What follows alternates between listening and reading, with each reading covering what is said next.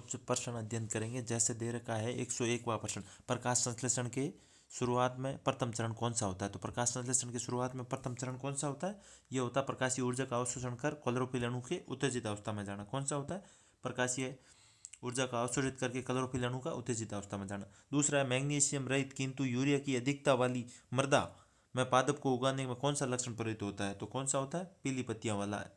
फिर है एक ग्लूकोज अणु के लिए केल्विन चक्र को कितनी बार घूमना पड़ता है। तो केल्विन चक्र कितनी बार घूमता है, 6 बार।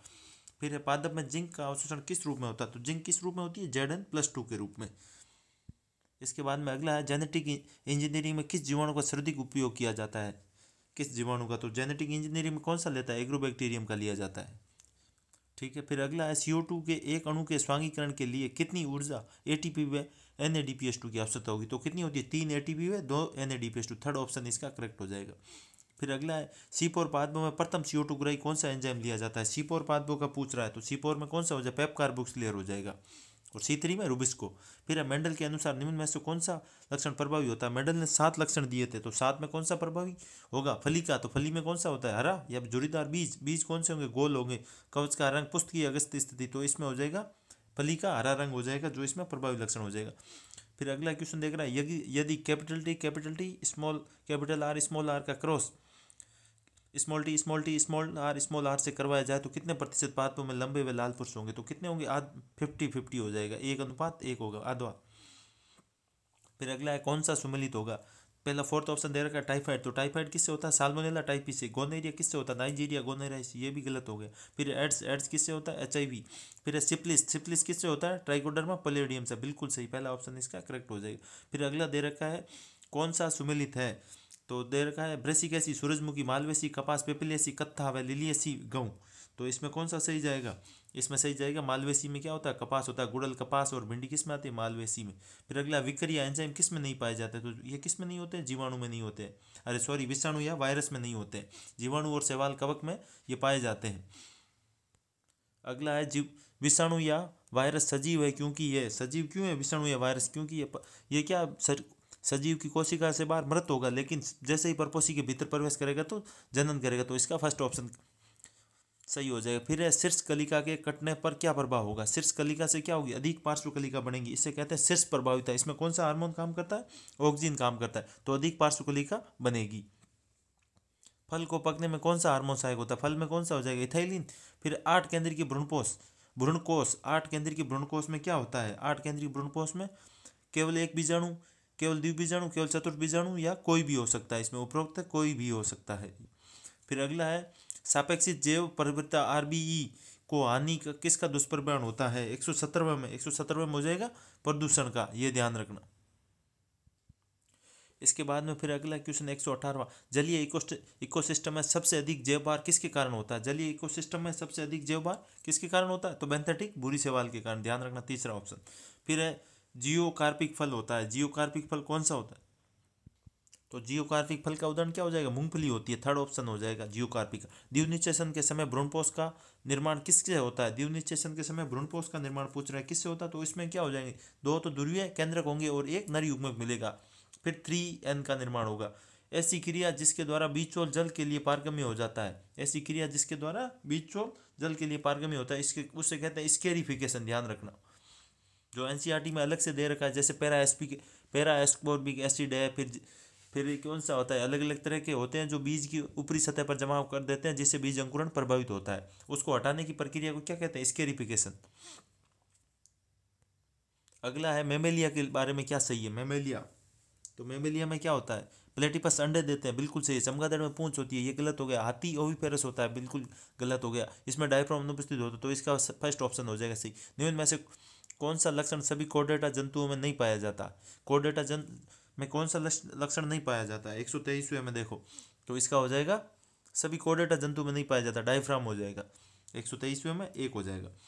फिर अगला हो जाएगा मक्का के पुष्पक्रम में जो रोम पाए जाते हैं वह रोम किसके होते हैं। जो मक्का में छोटे छोटे अपन मक्की लेते हैं उसके ऊपर छोटे धागे रूपी संरचना होती है, उसे क्या बोलते हैं, उसे बोलते हैं वर्तिका होती है, वो वर्तिका। फिर अगला है न्यूमेटोफोर किस में पाई जाती है, तो ये किस में होती है, दलदलीय क्षेत्र में रहने वाले पादपों में ये जड़ें होती है जो श्वसन में सहायक करती है। मूत्र की सांद्रता किस पर निर्भर करती है, मूत्र की सांद्रता किस पर निर्भर करती है, ये हो जाएगी हेलने की लूप की लंबाई पर। क्या हो जाएगी? हेलने की लूप की लंबाई पर। दूसरा ऑप्शन करो। फुफुक्षीय ध्वनि फुफुक्षीय सिरा से किस बात से भिन्न होती है? फुफुक्षीय ध्वनि होती है वो सिरा से किस बात से भिन्न होती है? 127वें में तो क्या होती है? ध्वनि की भित्तियाँ होती है मोटी होती है और सिरा की भित्ति पतली होती है, क्योंकि ध्वनि में भित्ति मोटी होती है, क्योंकि रक्त क्या होता है? उच्च दाब के साथ प्रभावित होता है। अगर भित्ति पतली होगी तो ध्वनियाँ फट जाएगी।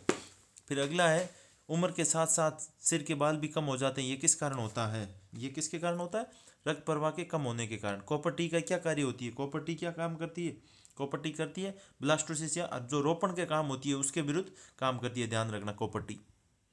अगला है, गर्भ निरोधक गोलियों में प्रोजेस्टेरोन का क्या कार्य होता है? गर्भ निरोधक गोली में प्रोजेस्टेरोन क्या करता है? ये अंडस्राव को रोकता है। फिर अमोनिया का यूरिया में परिवर्तन किस चक्कर के द्वारा होता है? अमोनिया का यूरिया में परिवर्तन कौन से चक्कर के द्वारा हो जाएगा? ऑर्निथिन चक्र होता है, इसके द्वारा अमोनिया शरीर में यकृत में यूरिया के द्वारा बदलती है। फिर पसलिया व स्टर्नम के बीच की संधि का क्या नाम होता है? पसलिया व स्टर्नम के बीच की संधि क्या नाम होता है? कार्टिलेजियस जॉइंट बोलते हैं जिसे।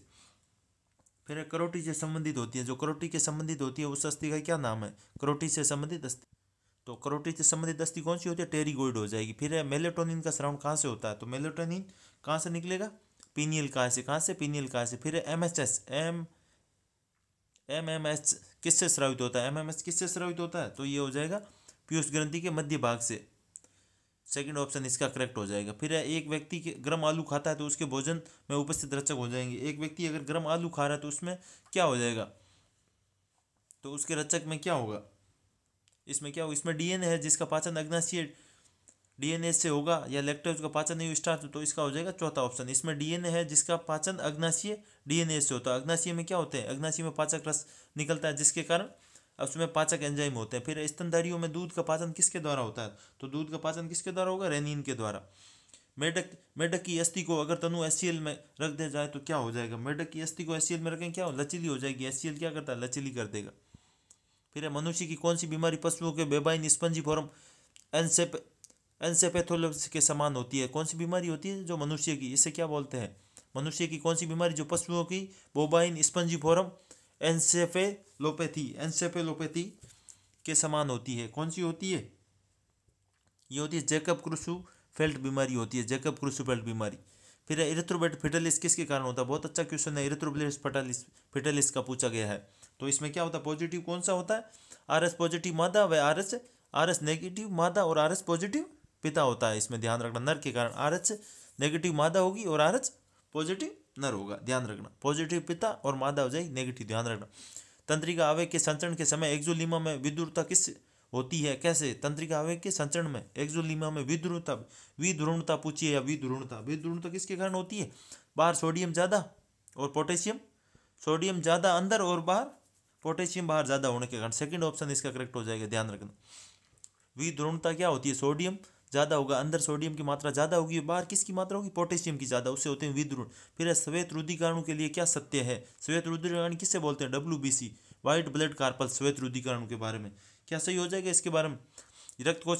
रक्त केशिकाओं से बाहर निकल सकती है, केंद्रकृत होती है, कमी से कैंसर होता है, थाइमस में बनती है और रक्त केशिकाओं से बाहर निकलती है। ये इसका सही हो जाएगा चौथा ऑप्शन। 142 में 4 हो जाएगा। 143 कौन सा सही है?